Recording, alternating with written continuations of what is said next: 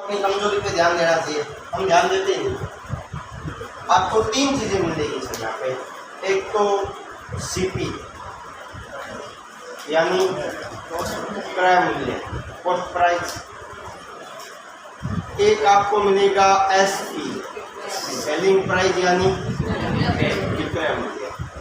और एक आपको और मिलेगा जो अपने बाद में पढ़ेंगे, बता देता हूँ, जिसका नाम है एमपी यानी मार्क प्राइस और अंकित। ये वो मूल्य होता है जिसपे दुकानदार आपको बेवकूफ बनाता है ना। कभी गए हो क्या दुकान? 150 MRP है, वो आपको कुछ ऐसा बोलता है कि 100 में ले जा, आप उसको बोलते हो कि 90 में ले जाएंगे और वो दे देता है। लेने के बाद मन में होता है यार 80 बोलता है तो शायद 80 में दे देता है ना। ये तो क्या होती है कि एकदम किसी काम की नहीं होती। इसका तो हमारे जिक्र बाद में करेंगे जब हम क्या पढ़ेंगे, डिस्काउंट। डिस्काउंट अलग से पढ़ेंगे अपने, ठीक है। हिंदी में क्या बोलते हैं? बट्टा। बट्टा, डिस्काउंट बट्टा। हाँ, हिंदी में इसको बट्टा बोलते हैं और मारवाड़ी में इसको छूट बोलते हैं, ठीक है। अब सीपी क्या होता है, क्रय मूल्य क्या होता है? दो तीन नाम मिलेंगे सर इसको आपको। एक तो आपको मिलेगा क्रय मूल्य या एक आपको मिलेगा खरीद मूल्य या एक आपको मिलेगा सर लागत मूल्य है। और अंग्रेजी सर हालांकि अंग्रेजों ने बढ़ाई थी तो एक ही वर्ड मिलता है, वो है सर कॉस्ट प्राइस। होता क्या है सर, वह मूल्य या ऐसा मूल्य जिस पर वस्तु को खरीदा जाता है।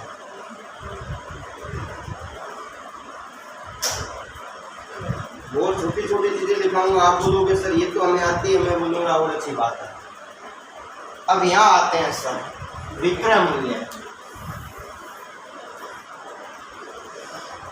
एक तो हो गया विक्रय मूल्य,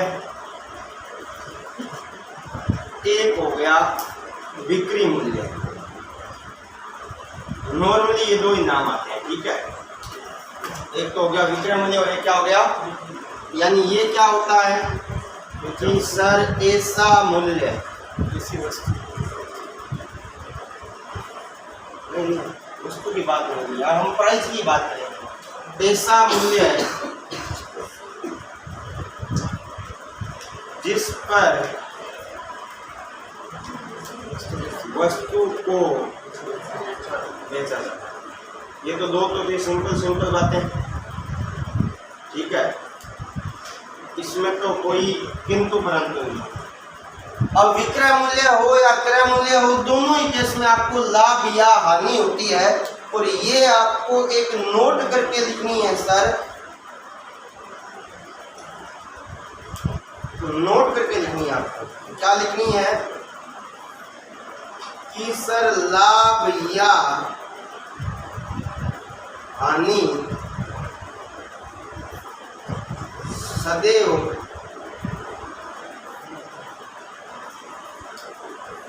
क्रय मूल्य पर होती है। यानी लाभ हो रहा है तो भी वो किस पे होगा, क्रय मूल्य पर होगा। और अगर हानि हो रही है तो भी वो किस पे होगा सर, क्रय मूल्य पर होगा। समझ में आ गई सर बात। इससे आगे और बात करते हैं सर, ध्यान देना। इससे आगे अपने चलते हैं तो सर जनरल बात है कि सर अगर आपको बोला जाए लाभ, समझते रहना सर ध्यान से, सीधी सी बात है सर। याद रखना एक बात और अपने थोड़ी सी अभी बता देता हूँ। जैसे मान लीजिए कोई दुकानदार 5 रुपए का पेन है, वो हमें 5 रुपए में बेच रहा है, इसका मतलब वो 5 रुपए में तो नहीं लाया होगा।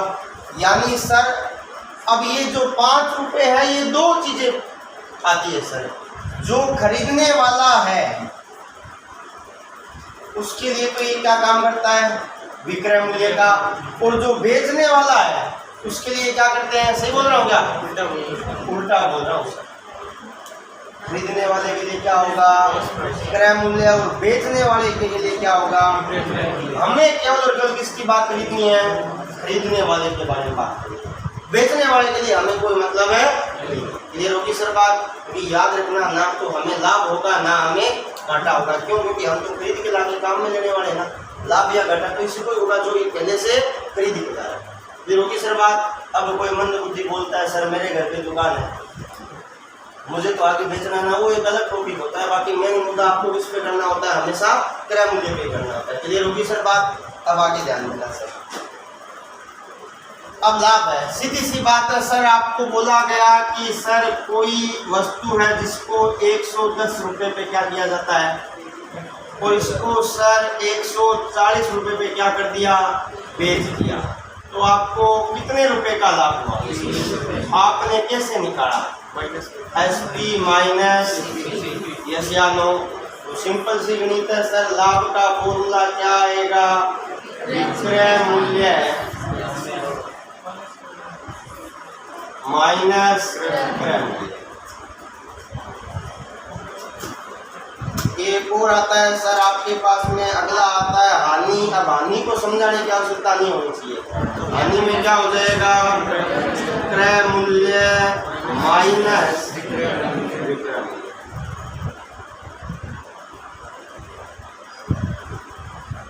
ये होगी सर बात। अब पहले तो क्या ये दो ही आता था, अब एक नया और डाल दिया सरकार ने। एक को डाल दिया लाभ प्रतिशत और एक डाल दिया सर हानि प्रतिशत। अब क्या करना है, कुछ नहीं करना सर।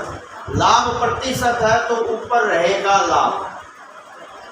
लाभ किस पे मिलता है, तो हमेशा क्या आएगा, और इनटू में क्या आएगा।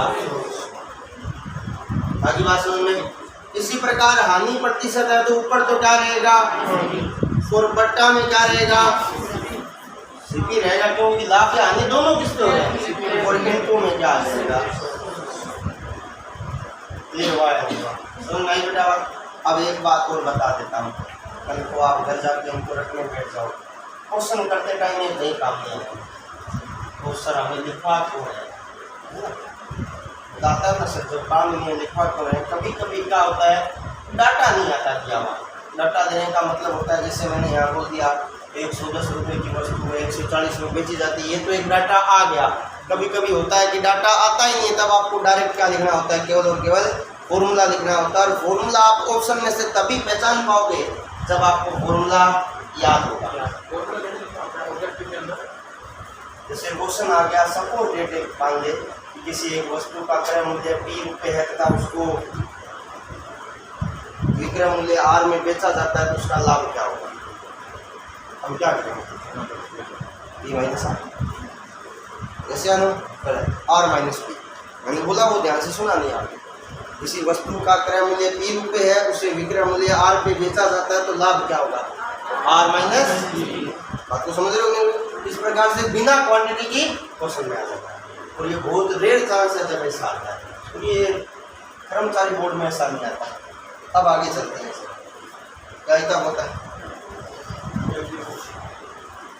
क्या रास्ता, तो इससे चलिए जैसे कहीं जाना है, नहीं लेट हो रही है तो बोलो। चलो कोई बात नहीं, लेट हो ही नहीं तो घर जाए। अब आगे ध्यान देना।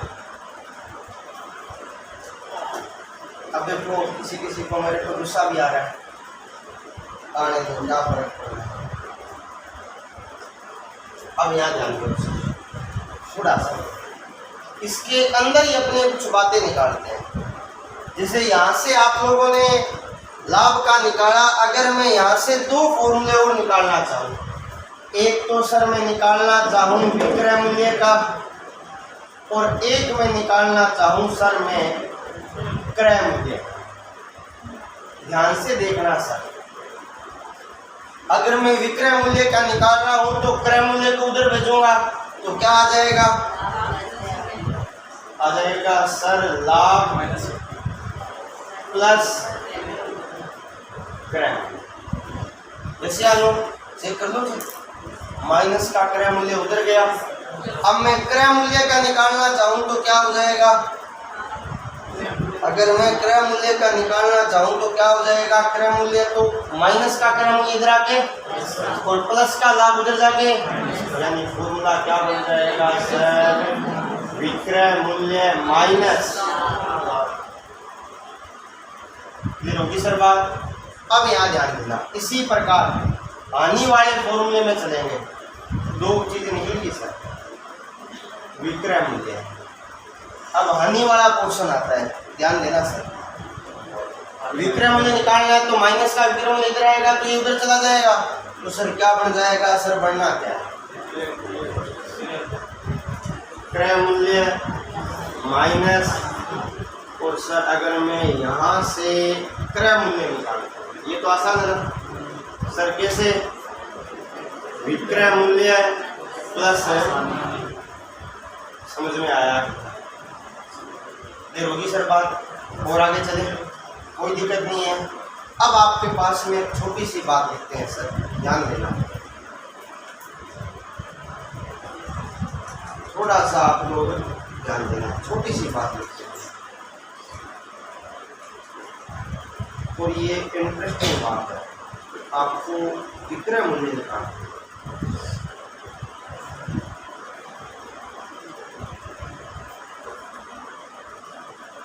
फॉर्मूला क्या होता है? या क्रय मूल्य। अब जो लिखा रहा हूँ ना वो डायरेक्ट काम है, ध्यान से देखना, मैं डायरेक्ट लिखवा नहीं रहा हूँ, आपको प्रूफ करवाएंगे। मान लीजिए सर किसी वस्तु का क्रय मूल्य 200 रुपये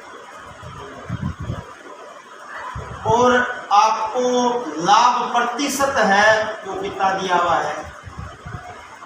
25। जो लाभ दिया हुआ है वो कितने प्रतिशत है सर? 25%। अब आपको क्या निकालना है? एसपी निकालना है, यानी विक्रय मूल्य निकालना है। तो सर आप एसपी का फॉर्मूला जानते हैं? यस सर जानते हैं। क्या होता है? 200 याद करो, क्रय मूल्य प्लस लाभ। अब यहाँ ध्यान देना, क्रय मूल्य कितना है? लाभ प्रतिशत किस पे हो रहा है? किस पे हो रहा है? क्रय मूल्य पे हो रहा है, तो कितना होगा? 200 का 25। जैसे आ लो, लाभ प्रतिशत कैसे निकाला जाता है? 200, दोनों में क्या आ रहा है? यहाँ भी 200 आ रहा है, यहाँ भी 200 आ रहा है, तो यहाँ गुणा में क्या लगा सकता हूँ? तो अंदर कितना बचेगा? प्लस में 200 बाहर चला गया, इसकी जगह पे का की जगह पे पट्टा में यस यार लघुत्तम दोष। ये 200 लघुत्तम कितना आया?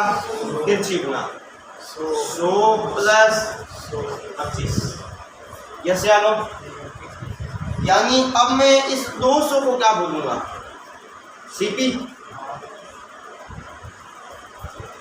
100 कहाँ से आया? यहाँ से आया, यानी 100 का 25 क्या है? लाभ है, और बट्टा में कितना चलेगा? यानी ये किसका फॉर्मूला आया सर? समझ में आया? यानी अब आपको अगर कहीं इसके क्वेश्चन में क्रय मूल्य दिया हुआ है और लाभ प्रतिशत दिया हुआ है तो डायरेक्ट है,